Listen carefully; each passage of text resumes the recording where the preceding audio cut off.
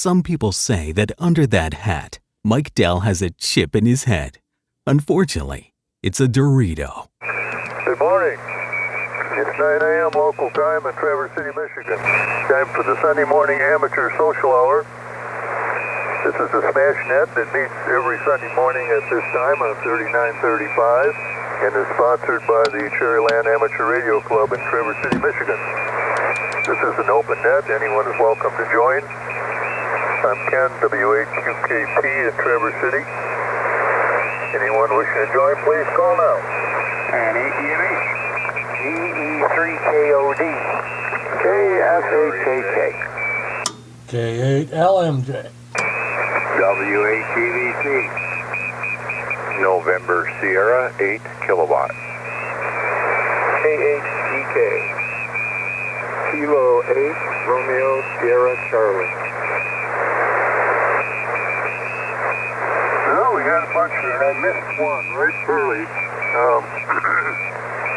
We got the VE3KOD, KF8KK, K8LMJ, W8TVC, NSAK, K8EK, and K8RSC. Okay, that was the beginning of the Smash Net. The Smash stands for Sunday Morning Social Hour, sponsored by the Cherryland Amateur Radio Club, which is a club here locally in Traverse City, Michigan. Of course, we're the cherry capital of the world, so we call it Cherryland or whatever.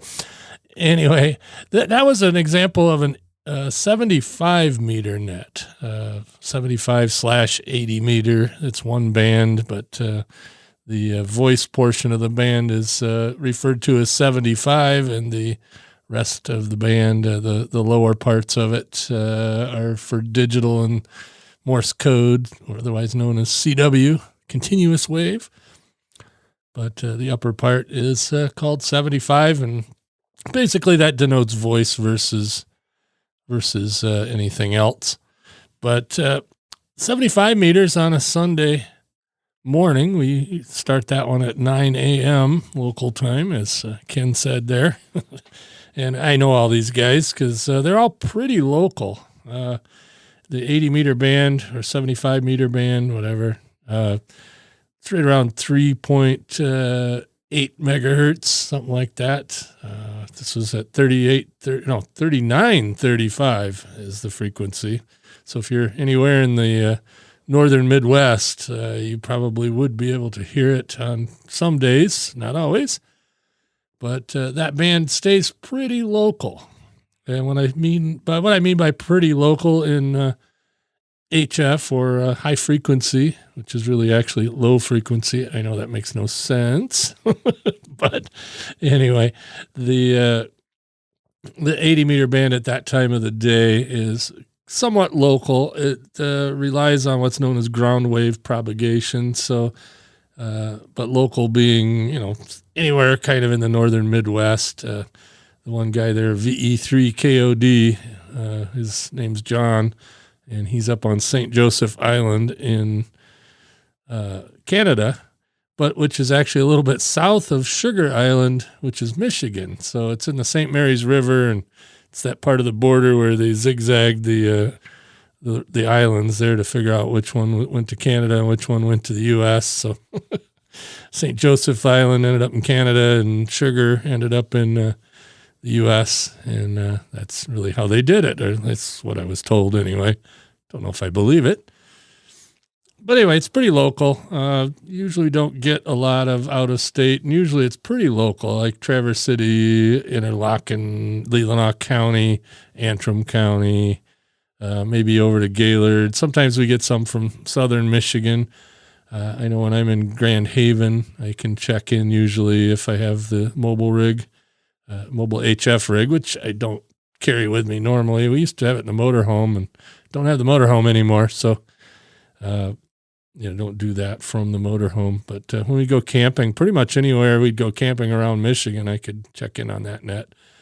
And I do a later one on 40 meters, which is around 7 7.2 megahertz thereabouts, particularly 7185, give or take a little, depending on how busy the band is. But we usually find a spot somewhere around 7185 at 10:30 local time, or 10:30 Eastern time, since the 40 meter band at that little bit later hour covers, I'd say, regionally. And we get check-ins from maybe Texas once in a while, maybe Florida once in a while, but it pretty much covers the northeastern half of the country, is what I can usually hear from here. The guy that runs the net usually is in Dayton, Ohio, so he gets some of the further south ones, but we have normal check-ins from Kentucky, Tennessee, Ohio, Michigan, Illinois, Indiana, Maryland, DC area, Connecticut area, just all around the Northeast, but mostly Midwest. But like I said, we get the occasional check-in from Texas, and we get one guy that's actually in San Diego that remotes into a transmitter here in Traverse City. So, he's really local, but he does an internet remote into it. Another guy in Boston that kind of does that too, or Cambridge, not Boston. But anyway, it's pretty normal to get people in that wider range, but there could be nets on all different bands. I've checked into nets on 75 meters at night that cover the U.S. And Canada and Mexico, but there's a lot of different nets. And what a net is basically is it's a scheduled gathering of ham radio operators on a particular frequency for a particular purpose. The purpose of the Sunday morning social hour, the smash net that I get on locally here, is basically just to, just have a discussion. And it's a semi-directed net. Directed nets are where the net control, in this case with Ken, W8QKP, he takes the check-ins at the beginning there, and then later on he'll ask for more check-ins as we go, and we'll usually make 2 rounds. So he'll, call the first guy on the list, and he'll make a transmission, and then he'll call the next person on the list, and he'll make a translation, and then, it always goes back to the net control. So the net control directs where it goes next. The IOOK, the International Order of Crazies net that I get on a little bit later in 40 meters, is a roundtable net. So once we establish all the check-ins, Keith, WA8ZWJ, down in Dayton, Ohio, will take check-ins, and then he'll make a order, and then he'll tell the order, and then he'll say, okay, the first station on the list, and you got to remember who you're getting it from and who you're giving it to. So really, you just have to write down 2 call signs, who you're getting it from and who you're getting it to, or who you're going to give it to, and that's how it works. So, say, I'm first on the list, and I do my transmission, and it's a social thing. It's just, the weather, the this, the that, the whatever's going on in the world. It's a all of us know each other or know of each other. So it's not a bunch of strangers on a net, on that particular one. And we call it a sked. So it's another thing you can call a net, as a sked or a schedule. And, so I would get the first transmission, and then I'd pass it to the guy that Keith told me that I sent it to, and then he'd send it to the next guy. And I say guy, but there's gals that get on there, SmashNet especially. We got a couple of women that check in on that, so it's not just guys. But on the IOOK, it's generally just men, so I can say he. But not to be sexist or anything. There's plenty of female hams, not nearly as many as there are guys, of course. And there's not, I'm 55 years old, and when I walk into a ham gathering of any sort, I am almost always the youngest person in the room. So, kind of skews a little older. Not saying that's true all the time. In fact, on this net that I played the clip from, 2 or 3 of the guys are much younger than I. A couple of them are college kids. So, there are some younger people getting into it. Ken is a semi-retired ophthalmologist, and he's in his 80s, early 80s, but, so it's a gamut of ages. My dad was one of them that checked in, W8TVC, so that was my dad. We both get on that net and the IOK net every Sunday. That's kind of ham radio morning is Sunday mornings. And by the way, I'm doing this on Monday. I should have done it on Sunday. So you're going to get 2 episodes today. But anyway, so nets could be all kinds of things. We have local ones here on local repeater on VHF. So that's why HF being the lowest frequencies that we're on is high frequency. And then there's VHF, which very high frequency. And then there's UHF, ultra high frequency. So yeah, the lowest is high frequency. But, and I guess technically, if you want to think about it, the 160 meter band of ham radio is technically middle wave, which would be the same as AM radio. Not same frequencies, but the same band segment, be middle wave. But for the most part, it's either HF or VHF, UHF. But there are some VHF and UHF nets. There's some digital nets. There's all kinds of things. On Wednesday nights locally here, we've got the BARF net. I know lots of fun acronyms around here, but that's the Benzie Amateur Radio Friends net. And that's a combined net with the BARF group and the local emergency communications group, which around here is called ARPSC for Amateur Radio Public Service Corps. But it's a combination of ARES, lots of acronyms, Amateur Radio Emergency Service. So it's a combined net. It's an emergency service net plus a social net, but it's on the repeaters around here. And it's on a couple of them because they link them together. But that's very local. People on walkie-talkies and stuff talking through a repeater station, which I won't go into the explanation, but think of cellular towers for ham radio. It's kind of that, but backwards because they existed way longer than cellular towers ever existed. But it's the same basic concept, a low-powered device going to a high-powered antenna up high and then retransmit it out to where all the low-powered devices can get it. So that net, it's a little round table. It's not a round table net; it's a directed net, but it's a local one, VHF. And you probably, if you have a police scanner, you could probably tune into the local ham radio repeaters in the evenings, and there'll be at least one net a week somewhere around your area. And that's probably all you'll ever hear on the repeaters anymore. A lot of people don't use them anymore. It's not. They use them, but not nearly what they used to. It used to be very busy on the repeaters, but not so much anymore. But yeah, it's a fun hobby.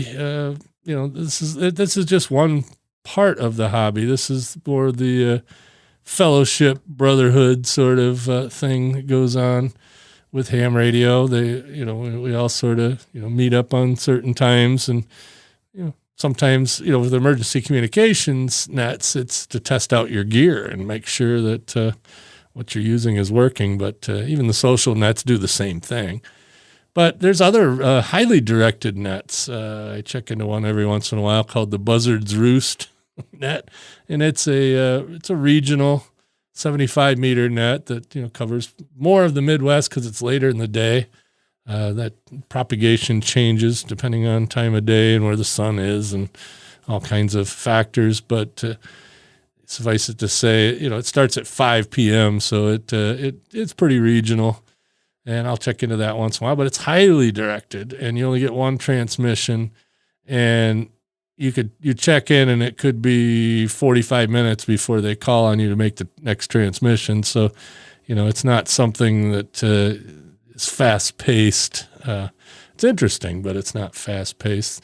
And there's cool nets that I think they're kind of cool. County hunters. There's a thing in ham radio, at least in the U.S., where we collect counties.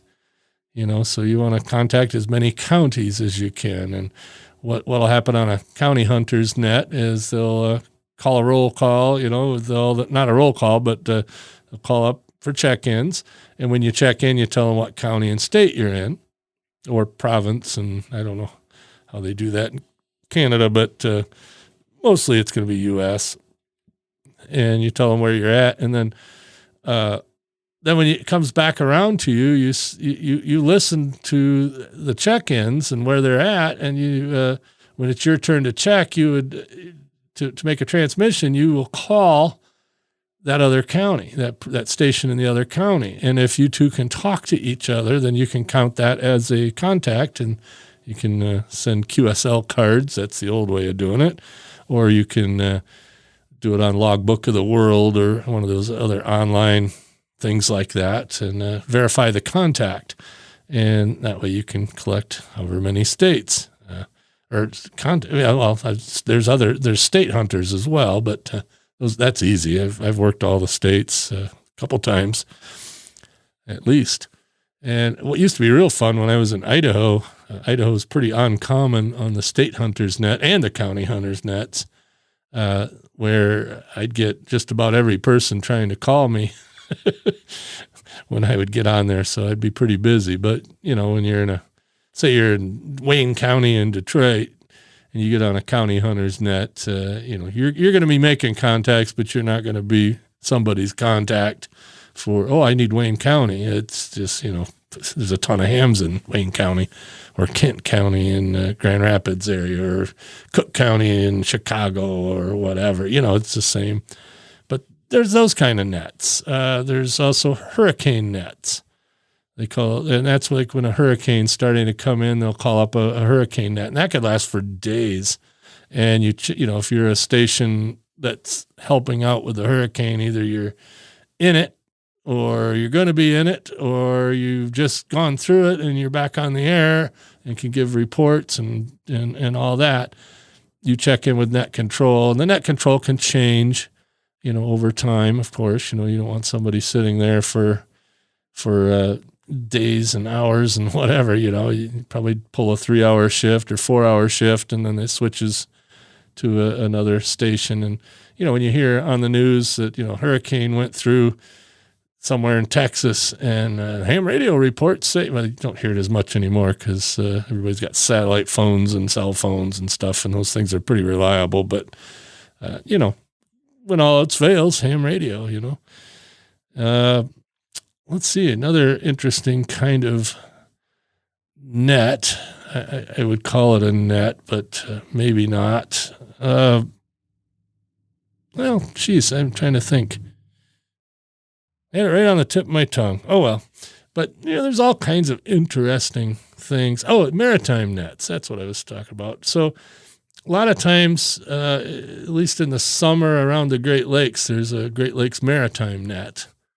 Or, they call it a maritime net. It's a marine net, but they call it a maritime net because maritimes are a particular place, not the Great Lakes. But there'll be the Great Lakes maritime net. And it's, I think it goes for a couple hours every day, and it switches frequencies. So one time it'll be on 40, another time it'll be on 20 meters, another time it'll be on 75 meters.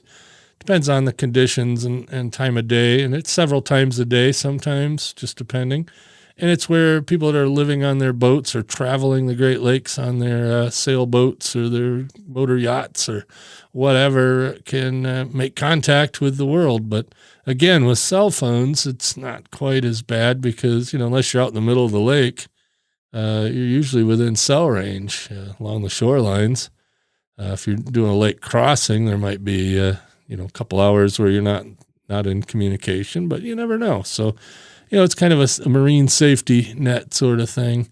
I always found that interesting to listen to.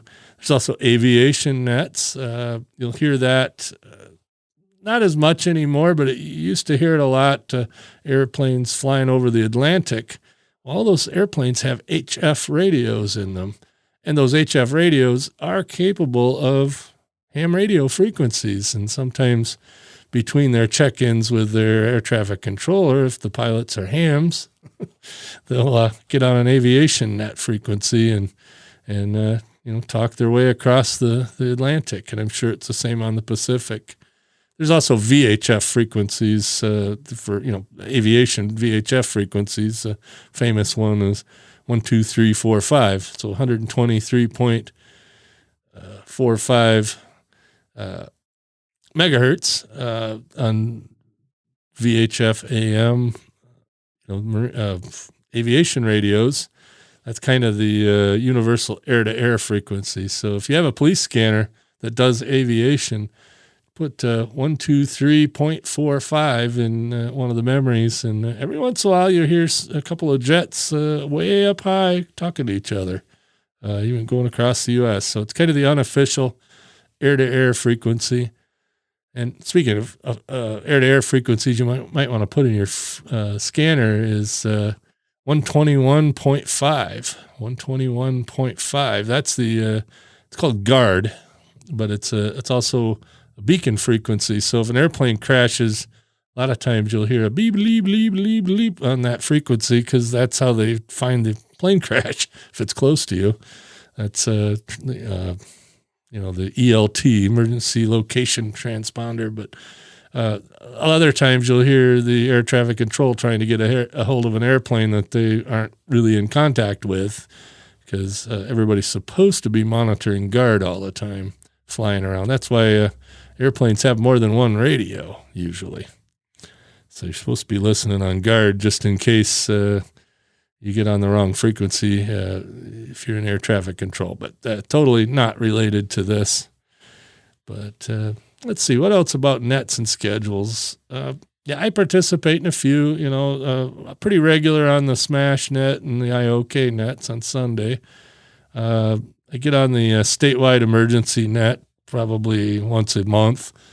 It's either on 75 meters or 40 meters, depending on the time of year. It switches to 40 meters in the winter time and 75 meters the rest of the year, because propagation that time of day or whatever. But anyway, that's really about it. So I'm going to call this a podcast. This is making up for yesterday, Sunday. So this one will go out, and then shortly thereafter, the next episode. So make sure if you thought I was done for the day, that you go back and snag the next one, which will be out shortly. I'm going to be talking about Podcast Index. Catch me later.